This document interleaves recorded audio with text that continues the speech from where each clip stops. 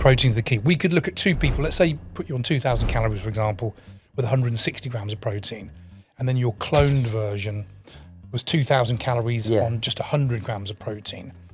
In most people, you're more likely to feel a lot less hungry with the higher amount of protein. Weight loss is 5% skill set. Anyone can lose 30 pounds in 12 weeks. But I say to all my guys, I don't care what you do in 12 weeks, what can you sustain over 12 months? Rest days, essential or optional? If you're a pro bodybuilder, they say there's no such thing as overtraining, but they're on a ton of gear. Average person, 100%. 100%. Yes. And as we get older, I would say there needs to be more rest days and training days. If you wanted to lose weight or put on weight, whatever it was, is that a good measure, a good thing to track? People get confused is because they don't understand what comes under calories in and what comes under calories out. Today on Working On It, I'm joined by Gav Gillibrand, founder of the Fat Loss Code. Gav has spent over 17 years helping high-performing, time-poor men regain control of their health through clarity, structure, and long-term systems. None of this hype or quick fixes. This is a no fluff, no nonsense, just a few hard truths that actually work kind of conversation. Now let's get into the episode. So Gav, thank you very much for coming and working on it. I really appreciate your time. I know you've travelled from afar, so thank you very much. I appreciate being here. Thanks for the invite. Yeah, no, you're welcome, mate. You're welcome. So how did you get started into the Fat Loss Code? What made you get into that? So, well, do you want the full background? Right. Yeah. So, I kind of got there, but in a kind of weird way. So, I did sports science at university back in '93, showing my age now. Yeah. 52 yesterday, by the way. Yeah, happy birthday. And did something completely different from fitness. Got into dancing and male stripping. And that was a full-time gig. This is a true story, Brad. Okay. For 17 years. So the backstory was, 18 years old, I went on blind date. Remember blind date back in the day? I do. Cilla Black. Yeah. Cilla Black. Wow. Cilla Black. I've told this story many times. Remember, do you know the Irish comedian Ed Byrne? No. He's a stand-up comedian, famous comedian now. He was on the show with me. There was an Englishman, Irishman, and a Scotsman. And Sally from Bournemouth picked me. Okay. But there's a story behind this. So about 6 weeks before I went on blind date, I'd seen this advert in a paper looking for stripograms. I thought I was full of myself, into the gym, fancied myself, thought I could fucking do that. Yeah. So I went and auditioned to be a stripogram, hadn't had a job, then saw the advert to go on blind date. I thought, how can I guarantee that I get on this TV show? Because I think back in the 90s, there was no reality shows, was it? This was the closest thing to like Big Brother and all the different things we've got now. So I thought, how can I make sure I get on that show? So I bullshit them, told them I was a stripper. I'd never done a job in my life. Went through the first audition, second audition, third audition, got on TV. Sally from Bournemouth picked me, blah, blah, blah. Long story short. Then I thought, actually, you know what? I probably should get into stripping. Same time, I was meant to go to university to do sports science. So I had a year off, got into the stripping, was, doing 5-6 gigs every week, going into, back in the day, it was The Officer and the Gentleman, the Richard Gere. That's it, yeah. So to turn up, put a bloody ghetto blaster on with a tape back then, wasn't it? Pre-CD. Yeah, to put a tape on. We're showing our age now, yeah. And strip in some pub. It was 120 quid cash in hand. That was the type of thing I was doing, just for fun. Yeah. I thought I'd just do this for a year before I go to uni. Then when I came to go to uni, didn't want to go, but I did. Still kept doing little bits and bobs. In the meantime, a couple of my friends had taken on my sort of position as a stripogram in the area as I went to university. And one of them became really, really good, started working in one of the top groups at the time. When I came out of uni, he said, right, let's form our own group. And we formed a group called the Fantasy Boys. And it was that and the Dream Boys were kind of the biggest dance troupes of the mid to early 90s in the UK. And what started off with just a bit of fun and money, I was 22, 23 years old, became a full-time gig until I was 35 and moved to London. So there's the story, the start of fitness. 2008, 35 years old, I thought I need to start using my brain as opposed to my penis. Got into, so it was a 17-year gap, but got back into fitness full-time, back into the city, personal training, and then did 10 years one-to-one personal training from 2008 2018, and then online started becoming a thing pre-COVID. Luckily to do it before COVID hit. And that's why I've been for the last 7 years online.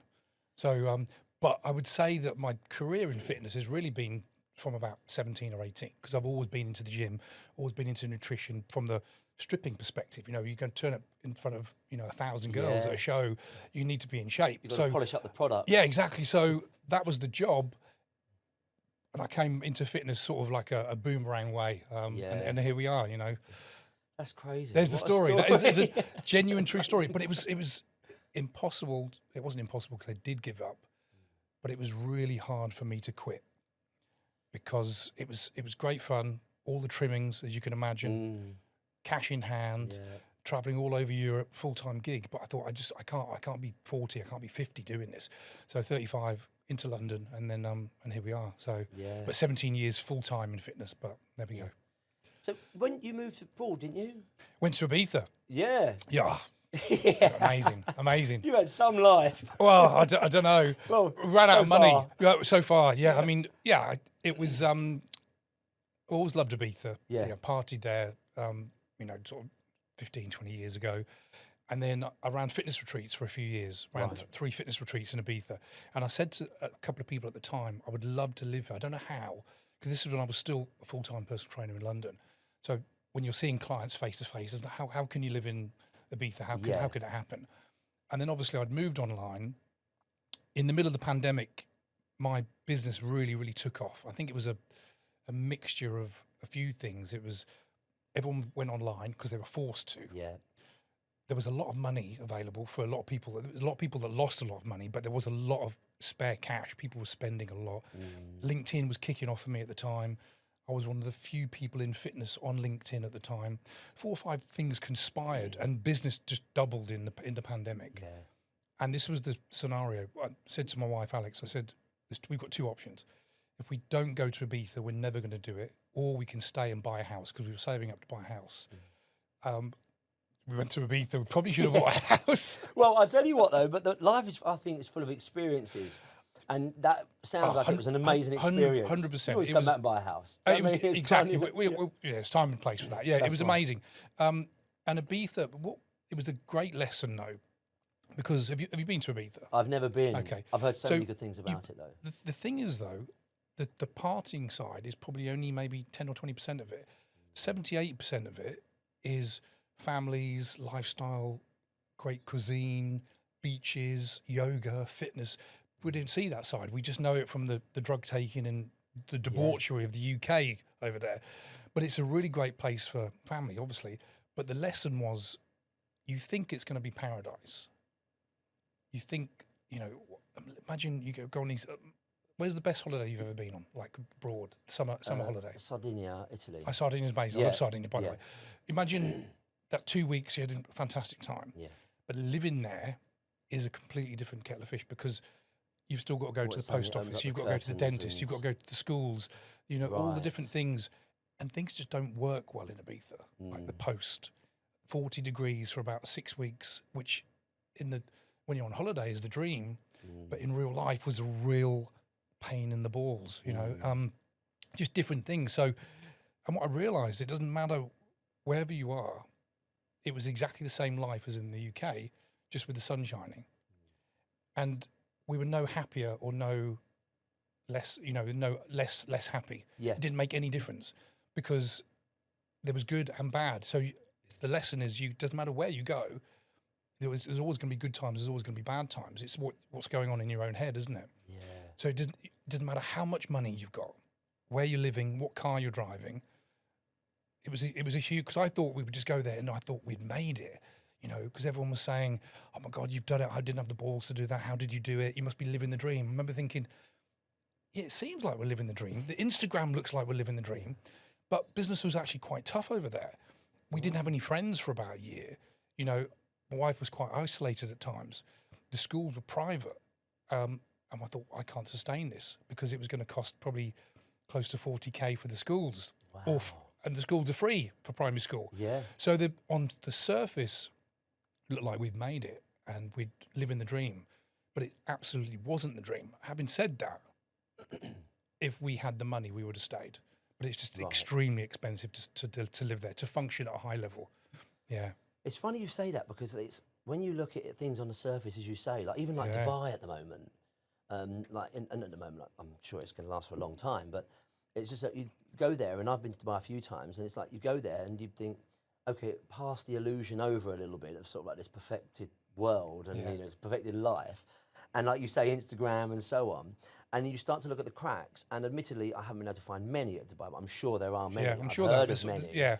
And it's just like when you balance it all up, like you say, it's kind of like you think, Yeah. well, this is home in a sense. Yeah. You know, like there's Yeah. things that's great in England that we don't really, that we almost take for granted. Absolutely. You know? And it's going to sound stupid, but little things like when the post would arrive, you then had to pay the guy in cash for your own post To be handed over. to hand it over. And I said, well, I've got a card. He said, no, it's got to be cash. And if you didn't have it, you take it back to the post office. You then had to traipse in. Just little things like that we take for granted. You can't buy a sandwich in Ibiza. You know, we've got Marks and Spencers. It's first world problems here. We're sport for is. choice. And I think it was a great lesson. We've got it so easy in the UK. Yeah. And if I'm really, really honest, the kids are way better off in the UK than they were there. It was really for me and Alex. It was like, you know, in Ibiza, the cool place, and everyone wanted to visit in the summer. And the little things. Here's the thing: we had a couple of friends visit. Of course, they're on their holiday, but they turn up on a Monday or Tuesday. That's my normal Monday, Tuesday at work. Yeah. Still got to go to the shopping. I've got to pick up the post. I've got 3 clients, and let's go and party. So you can't. It was almost annoying at times. They wanted to do what they wanted to do on holiday, which is of course normal, but it was interrupting. You know, so it's massive first world problems here. Yeah. But it was a great lesson, and I thought that I wasn't under any illusions that we would be happier there, but I thought there would be a sort of maybe a step up, and if anything, there was in certain things there was a step down. At times where we weren't happy, and we think in the UK, we moved back because it was just there's it's a year up front for the rent over there as well. Ah, okay. That's So, like Dubai, I think, Yeah, isn't it? yeah. So that can be challenging. Yeah. You know, so we managed a year and then said that we just can't keep this up. I'm always up front. I always tell people that's why we moved back. Yeah. So, but in terms of experiences, It sounds 100%, an lot. Yeah. Yeah, to be fair, Yeah. doesn't it, really? Ooh, we could talk some of the the old stripping days. I mean, Yeah, no. is this an X-rated podcast or is it going out to the? No, well, I'll tell you what I would like to actually talk about. Calories. Oh, calories. Calories. They don't exist apparently. Yeah, There's some exactly. idiots on social media that say I've they seen don't your exist. videos, they crack me up. They're brilliant. Like, can you believe it? Yeah. And if you're a carnivore, Yeah. you can eat whatever you want and you don't get fat Yeah. as long as it's protein and fats. Yeah, that's it. Muppets. Yeah. So what it was is calories, the in and out part. Is it really truth or myth? It is what, as in calories in versus calories out. Yeah. Like if you wanted to lose weight or put on whatever it was, It is is. that a good measure a good thing to track? It is. The reason people get confused is because they don't understand what comes under calories in and what comes under calories out. So the people that don't believe that that is a viable, workable model think we tell people just eat whatever you want, and as long as you burn a little bit more than you've eaten, you would lose weight. Now, ultimately, when it comes down to that, that is true, but we don't tell people to just eat whatever you want and burn more, because what they don't understand is in the calories in is not just food. There's things like the thermic effect of food, you know, so protein will burn more calories just by digestion than carbohydrates and fat.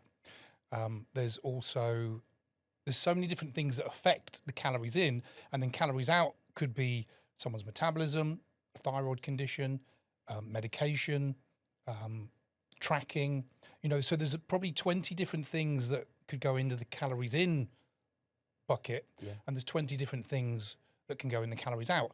Their big argument is that it's hormones that affect, you know, weight gain and body fat. Hormones drive behavior. So cortisol, insulin, things like that will actually drive behavior. You know, but you can only store fat if you're in a calorie surplus. So ultimately, calories in, calories out is a very simplistic way of describing a quite complex equation that is always going on. But it is absolutely 100% true, because, you know, my extreme example, it's not very politically correct, but I'll say it. Remember all the we don't remember, but the POWs that left all those concentration camps at the end of the Second World War, would it be fair to say that they were highly stressed in those conditions? Very stressed. So, yeah, okay. definitely. So if stress and cortisol was making us fat, wouldn't they be obese? Yeah. And there was no one with a thyroid issue. There was highly stressed, in danger of their life, starved, overworked, in probably the most inhumane condition you could ever imagine. But they weren't given food, so they lost a ton of weight. So unless someone's immune to starvation, hormones have got nothing to do with the system. They just don't understand what's going in the calories in bucket and the calories out bucket. It's very hard to explain, but ultimately it does come down to that. Yeah, if you eat more than you burn, you gain weight. Yeah. If you burn more than you take in, you'll lose weight. It's really that simple.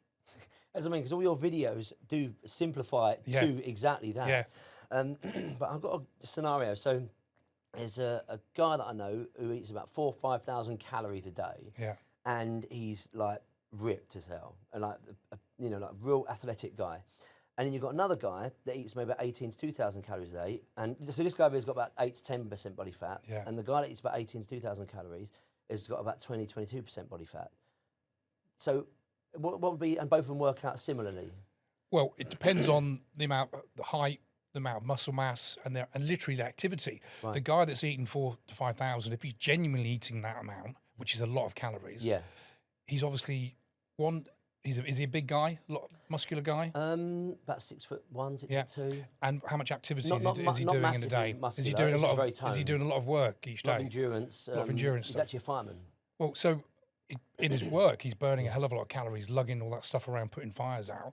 But if he's doing a lot of actual activity, it really depends on what he's burning. So someone, if he's not getting fat, he's literally burning more than he's taking in. It's as simple as that. Okay. And someone could be eating 1,500, 2,000, yet still be out of shape because their activity is very, very low. Yeah. So it really depends. Also, it can come down to someone that fidgets. Someone that sits and does moves.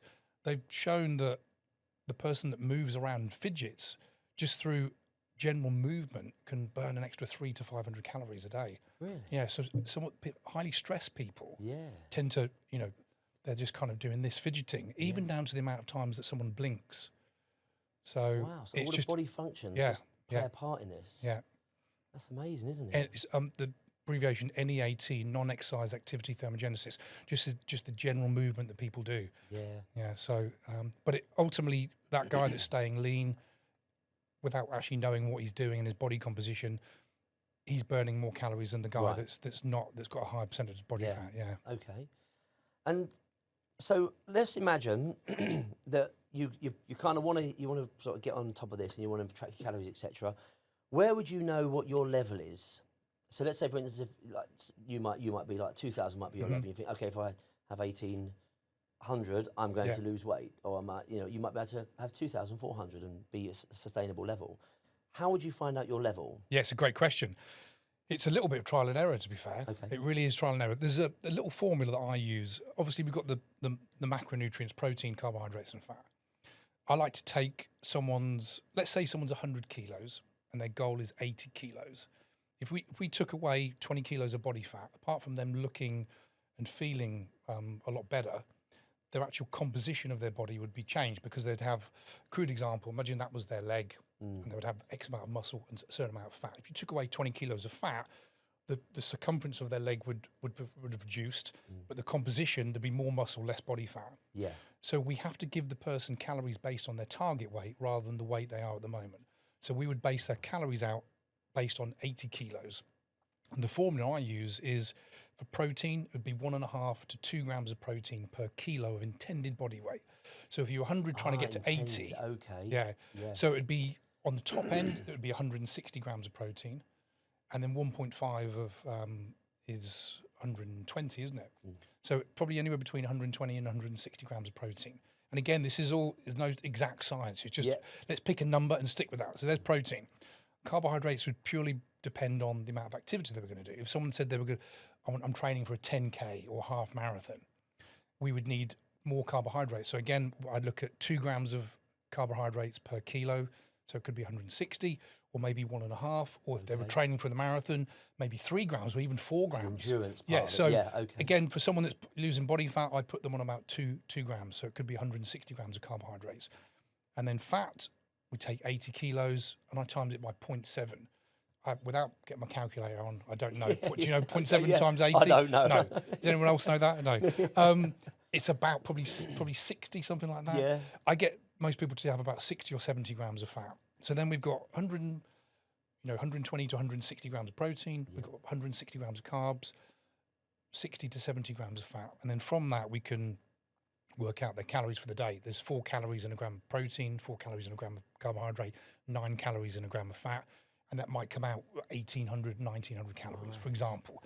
But then I'll use that as a base. But then I'll look at the person and I think, okay, well, he's training 3-4 days a week. He said he's probably going to walk 15,000 steps a day. Maybe we need a bit more carbohydrate. So, but we just ultimately to say, right, this is what you're going to aim for. Yeah. And in 7 to 14 days, we will see, the results. And someone will say, well, what are we expecting? And I said, well, in the first couple of weeks, we want to see a couple of pounds. We want to see some weight loss. And that doesn't mean the number is correct, because obviously recording, if someone says, I'm only eating 1,800, yet they're really recording poorly and actually logging 2,400. But we need to see how they feel after 7 days, and then really after 14 days. And it will come down to one, what they look at, what they weigh on the scale, but also their appetite, how they feel, have they got energy for the gym? Are they sleeping well? Yeah. Do they feel good? And, they're not ravenous. Like, we could have someone on a low amount of calories and they've lost 3 pounds in the first week. But then when we look closer, he says, well, I'm absolutely starving and I'm dreaming about food and I want to chew my arm off. Yeah. So on paper, he's losing weight, but clearly it's not a sustainable amount of calories. Yeah. So we would literally just see, well, how do you feel after the first 7 days? Let's say someone's on 2,000 calories. I've lost 2 pounds this week. How do you feel? Feel great, amazing, energy's good, appetite is perfect. I'm not thinking about food. So we'd set the calories, and then protein is the key, though. Protein is the key within that. Yeah, I was going to ask about that. Yeah, protein's the key. We could look at 2 people. Let's say put you on 2,000 calories, for example, with 160 grams of protein, and then your cloned version was 2,000 calories on just 100 grams of protein. In most people, you're more likely to feel a lot less hungry with the higher amount of protein. So you can make your 2,000 calories more bang for your buck, so to speak, with more calories, with more protein. Yeah. So necessarily when someone says, I'm actually feel really hungry, before we start increasing their calories, the first thing I would say to them is, well, show me your protein levels. And often they're hitting 70, 80, 90 grams of protein. I would say, look, if we can bump that up to 130, 140, try that for another week, see how you feel. And nearly 9 times out of 10, someone would say, actually, you know what, I feel so much better this week. Yeah. Great, let's stay there. So the first couple of weeks is all about finding that just balance. Finding the balance. Finding the figures, tracking finding it the correctly, balance. and then get to know your numbers. That's kind of it, isn't it? And I'll be honest, I like to be quite aggressive in the first 2 weeks. And there's a few reasons why. And that's not always where it will stay. One, I need a new client to buy in. I don't like to get to week 3 or 4 and someone's still trying to find the number and they've lost a pound, because a lot of the guys I work with, I know we work together, but a lot of the guys are not in your position. They're very overweight, never been to the gym before, very self-conscious, and they want results quick. And emotionally, they need to know that this is going to work for them. If we get to week 3 or 4 and they haven't lost any weight, they're inside, they're telling themselves, this doesn't work. Gav's just another bullshitter trying to sell me something. I can never stick to this. This isn't, and they leave the program. If we can get someone to lose 5-6 pounds in the first 2 or 3 weeks, their level of their buy-in level has just gone through the roof. Yeah, they trust me, they trust themselves. They go, oh my God, this works. So I like to be a little bit more aggressive than some people, and then pull it back after 3 or 4 weeks. So I'd like to take the calories a little bit lower, but as long as that protein is really high, they should still be okay. And then we can see, how do you feel? We can maybe add a few hundred calories in more, slow it down a little bit, but I like to get them really moving. And then they get to the end of the first week and say, I've lost 3 pounds and I feel great, because then they know it works instantly. Or someone gets to the end of the first 14 days, I haven't lost anything. Well, let's keep, do you see the difference mentally? Yeah, that's so emotionally and mentally, they need to be brought in quicker.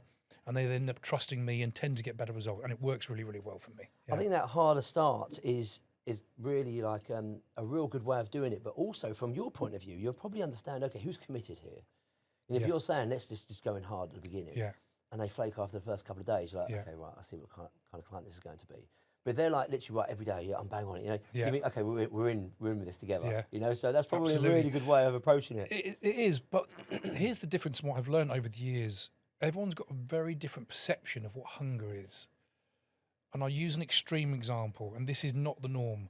You might have known him. I think he might have finished, or you might have known of him. There's a guy called Barry who lost 6 stone in 6 months with me. Wow. Literally a stone every month. Now, on paper, it doesn't look like it's possible.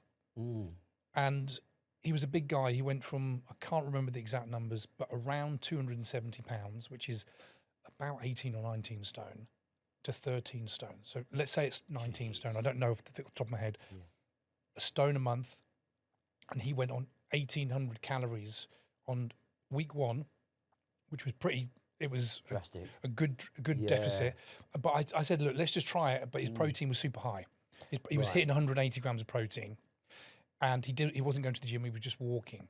So I thought that, okay, it's a little aggressive, but the protein's high. And I said, let's just see how you feel. And he felt fucking great.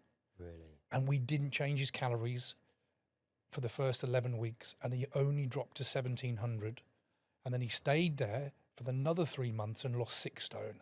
Now, on paper, it doesn't make any sense, but he just wasn't hungry. Like, when I weigh, what do I weigh? 79 kilos, which is 12.5 stone. Lean for me is 76 kilos, like super lean, like, you know, 6-pack on the beach. But I go to about 1,800 calories. And I am fucking hungry. How does a guy that's 19 stone stay on 1,800? How? So the point is, the perception of hunger is very different to one person to the next.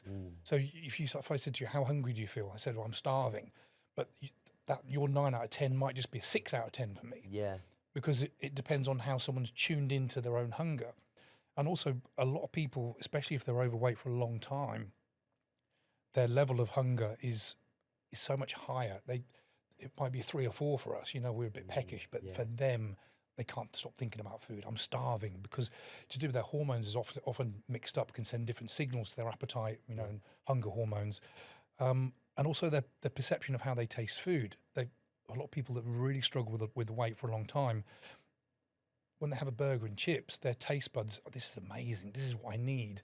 And when they taste chicken, rice and broccoli, it tastes disgusting to them because it's fairly bland. But for someone like us that are into the gym, we can make chicken, broccoli and rice taste really good if you put the right seasoning on. That's right, But we know that, of course, a cheeseburger and chips taste nicer, you know, but the jump isn't so big. So do you see what I mean? So their hunger and the way they look at food is completely different. But he was rare.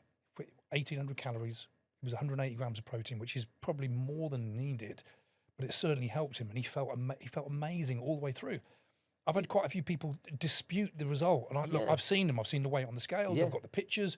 I was speaking to him on a weekly basis. I know it to be true. I'm not going to lie about this. And I tell everyone, this is a unicorn result. I don't expect you to get anywhere close to that. I don't know how he did it, but he did it.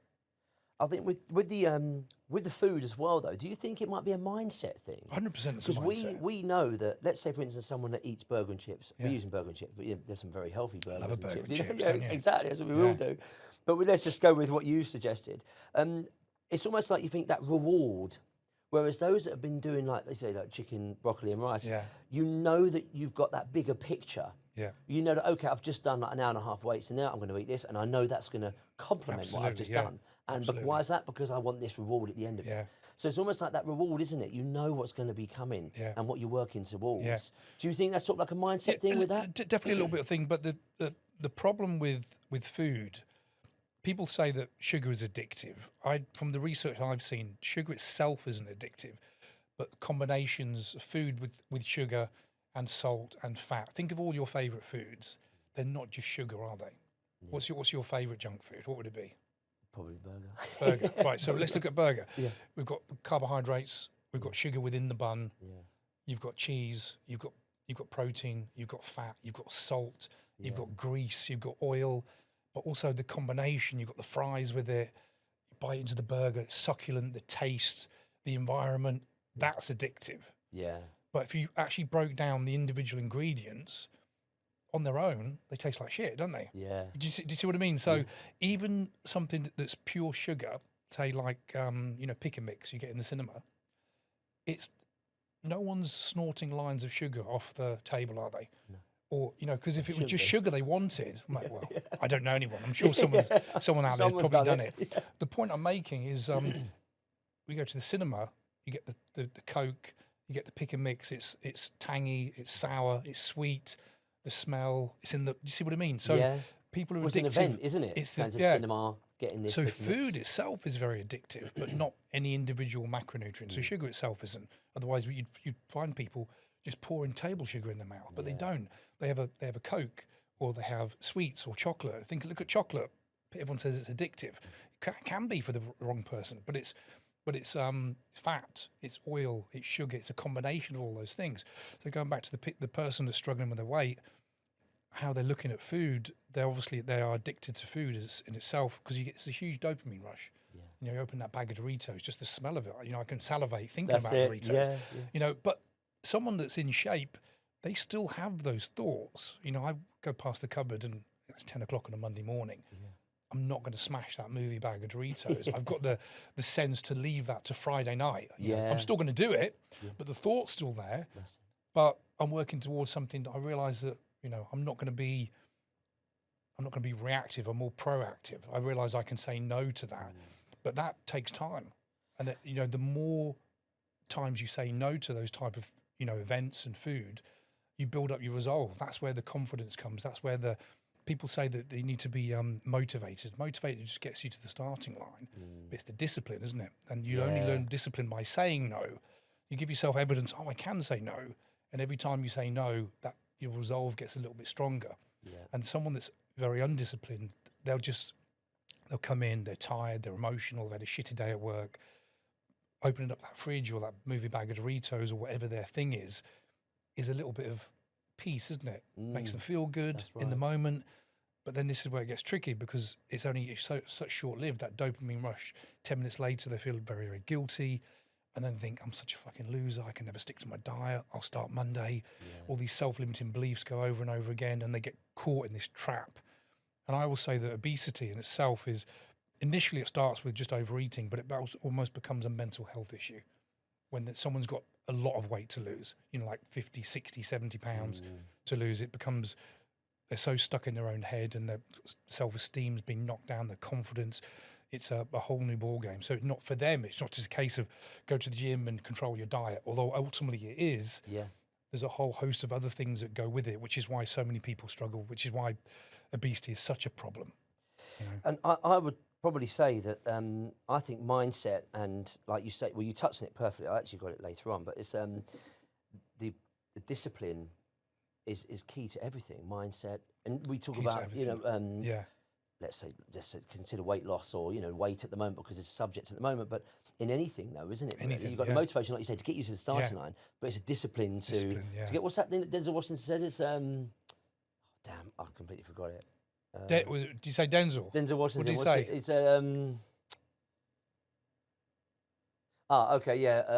if you don't have discipline, you never start. Without commitment, you never finish. Right. So it's kind of like you need that commitment to it, don't you? Absolutely, to keep going through the good times and the bad. Absolutely. And like you're saying, it comes in the mindset. You are going to have the bad times during that weight loss journey, if that's your goal, or even sort of like getting fitter journey, because that was one of the things I wanted to discuss. Was like, I think, how would you go about? Because it's a lifestyle change, I think. I can only speak for myself from years ago. And I used to be the guy that would eat the movie bag of Doritos probably every night, Really? and along with a lot of other stuff as well.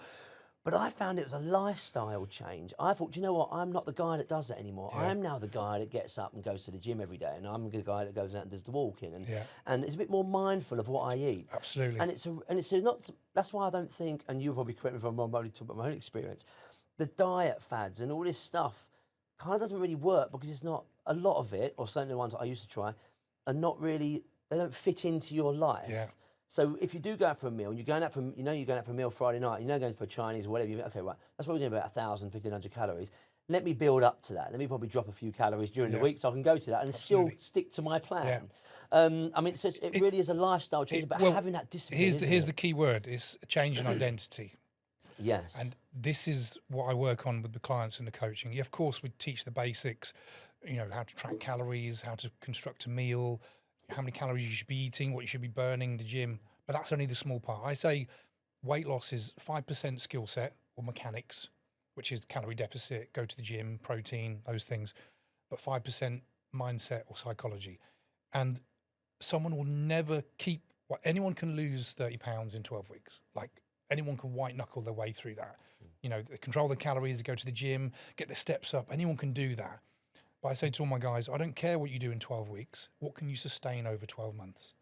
And the only way that someone can keep that weight off is if they change their identity, which means they have to change who they are, who they hang around with, who they listen to, the podcasts they watch or listen to, what they watch on TV, YouTube. So, for example, if someone can lose 30 pounds, yet if all their friends are overweight, don't go to the gym, and they spend their time in the pub and they love food, it's going to be extremely hard for that person because their identity, their whole life is wrapped up in what they were previously. Yeah. You know, we've heard, you know, you're the sum of the five people. That's it. You know, and it's absolutely true. Yeah. So you have to hang around the people that have what you want. And if you don't, it's like a thermostat. You know, when it gets too hot in a room, the aircon kicks in. When it gets too hot, too cold, the thermostat kicks on, the heat goes on. Yeah. And it's the same with money, same with business, same with life, with relationships. People will always revert back to their default position. So if someone's been, let's say, 19 stone in English, 280 pounds in American, because we've got Americans watching, right? It's about that. If someone's always been Big John, imagine he's been Big John from his 20 and he's now 50. His whole life is Big John. That's his identity, isn't it? He's always been the big guy. 6'2", 280 pounds. Yeah, I carry it well. You know that. You know those guys. Drink loads, eat loads. He's the big jovial, Big John. John needs to lose 80 pounds, otherwise he's going to have a heart attack. Because Big John shouldn't be fucking Big John. Big John can be Big John at 200. Yeah. So he loses 80 pounds. But mate, you look like you need a meal. You're skinny now. Are you ill? What's wrong, mate? You know, that identity, everything and everyone around him has associated him as Big John. So you can see how hard that could be. I've had people lose weight and put it back on again because they didn't like who they became, even though that version of who they became was, from a health perspective, was 10 times better than the way they were. Yeah. It's nuts, isn't it? That's so true. So you have to believe, you have to almost act in accordance of the result that you want in the future, which is really, really hard because if you've never been there, how do I act like something I've never been? Yeah. Do you see what I mean? Yeah, definitely. And it's really true what you say about people that, oh, you're looking unwell. What's going on? Don't lose any more weight. You're really looking unwell now. I speak to, it's not every week, but at least 2 or 3 guys a month. And they will say, you know, I'm 16 stone and okay, you're 5'10". Are you doing any weight training? No. Have you done any weight training in the last 10 years? No. So I know he hasn't got a lot of muscle. Even if he's broad, he goes, oh, I'm broad, I carry it well. Mate, you're still carrying an extra 3 stone. Yeah. If you're 5'10" and you're not going to the gym, you should be 13 stone. Yeah. You're carrying 3 stone of body fat. But he goes, I carry it well. You know, if I got to 13 stone once and my wife said I looked ill. So they've got this story in their head. Do you see what I mean? So if he thinks his wife's going to tell him he looks ill at 13, which is not even true, she probably never said that. But that's just his little blanket, security blanket, because he's thinking, I'm probably never going to get to 13 stone because I've been 14 at my best. 15 is where I hang around mostly, and 16 is where I am now. So I will say to them, how much weight do you want to lose? Oh, I think I'd be good at 15 stone. I said, you mean 13 stone? I call them out on it. I said, oh, I've never been 13 stone. I said, but just because you've never been there doesn't mean you shouldn't be there. So I said, you don't need to lose a stone. You need to lose 3 stone. Let's stop bullshitting ourselves, man. You know, so his identity's caught up in where he wants to be. So, but once they lose that first stone and they get to the 2 stone, another stone to go, they now see what's possible. It's almost like they needed to go through the first part of the journey and then the next piece of the journey illuminates so they can see the next stone. But they can't see 3 stone away, but they can see the first stone. Yeah, you see what I mean? It's like I always tell people, imagine being at base camp, Everest base camp, looking up at the summit. You think, well, I know that people can get there, but how the fuck am I going to get there? They've got to get to Camp 1, then they can see the route to Camp 2. They get to Camp 2, they're there a couple of nights, they can see the Camp 3, they get to Camp 3 and 4, then they can see the summit. But from going from base camp to the summit, that's like, how are we ever going to do that? That's really true, actually. Yeah. Look at it like the whole thing. You're not going to do it in one go. Not do it in one Like go, you say, yeah. it's all these And intervals all along all as we the way. go. But here's the great thing, Barry that lost 6 stone in 6 months, he was still doing that, and this is a year and a half on now. He's kept the weight off because he's literally changed. We have to get into someone's head that I'm someone that goes to the gym. That's what I'm identity someone that change. I'm Yeah. someone that eats healthy food, not I'm on this diet. See the difference? That's a diet is an action or emotion. I'm on a diet. I'm not on a diet. It's just how I eat. I don't have to find protein every day because I eat 160 grams of protein a day. That's my identity. So every time I go to eat, when I go out after this podcast and go for my meal, I'm going to try and find 40 or 50 grams of protein because that's what I do. You see, I don't have to, fucking hell, only manage 10 grams of protein in that meal. No, because I'm going to go and get 50 grams. See the difference? Exactly, that's my right. identity because I want to stay at 79 kilos and I hit the gym 3-4 times a week. That's become my identity. So someone that's obese all their life, we've got to completely change who they believe they are. That's right. How they move, who they talk to, the podcasts they listen to. Everything's got to change. And unless we change that identity, what will happen is they'll lose that weight. Let's say they lose 50 pounds. Let's say they do that in 6 months. 6 to 9 months, a lot of guys will do that. If they don't believe that I'm someone that gets 10,000 steps a day or hits the gym 3 days a week or gets to bed at 10 a.m., gets up at 5 a.m., does a bit of journaling, all these different the good habits that we know that successful people do. Not to say that you have to do them to be successful, but we know that They're sort people of showing the way. That exactly. Well, success leaves clues, doesn't it? That's right. Yeah, definitely. Success leaves clues. Like if you want to model yourself on something if you want to make some money, go and find out what the person that's making money is doing. That's right. And copy him. Yeah. Someone we were talking earlier on, weren't we? We were talking earlier on. Exactly about that sort of someone thing. walking around with a 6-pack, he didn't accidentally get that. What's he doing? Go and look at his life. Unless you actually become that, you'll never have that 6-pack. And that's the problem. So someone has been overweight for a decade or two. They can get there. Getting there is the easy part, believe it or not. It's hard work, but getting there, staying there is the key. So the goal isn't weight loss. The goal is maintenance once we get there. And that's the hard bit. And that's what I'm really trying to teach. So, yes, I can get 30 pounds off someone in 12 weeks. But now the real job is, can you be 30 pounds this time next year? Well, that's the identity So we've got change, 9 isn't it? months of maintenance now. Yeah. So that's the real job. Yeah. So you touched on the morning routine. Just quickly, give me 1 minute your morning routine. I'll tell you my routine.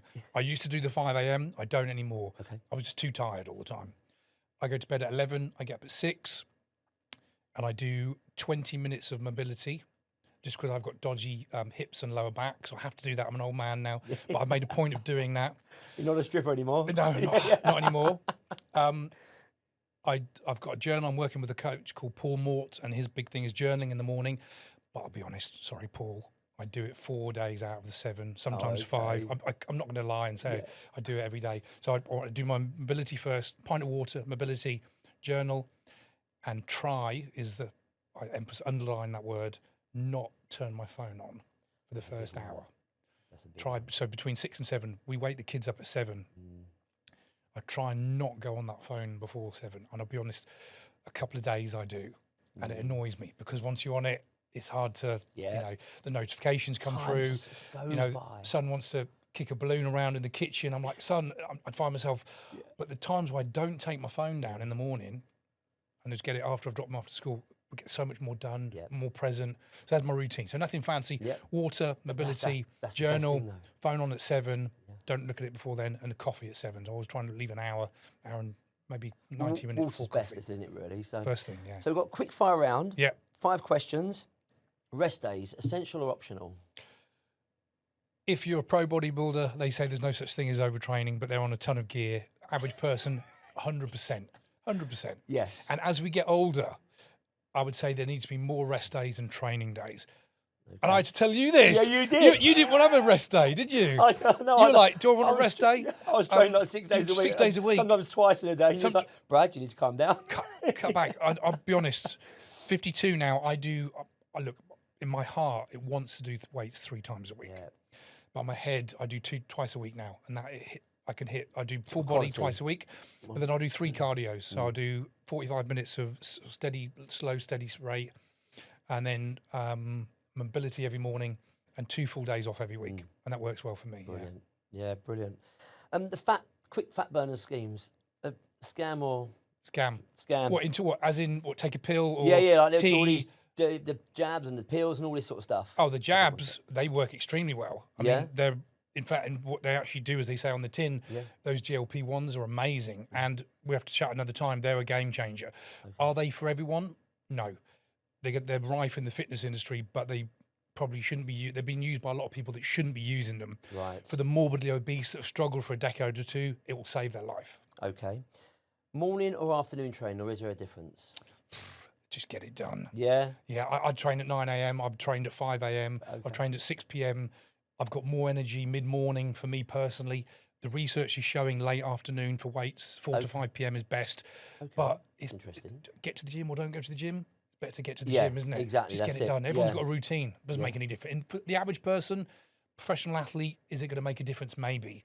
The average person is not going to make any difference. Okay. And where can people find you?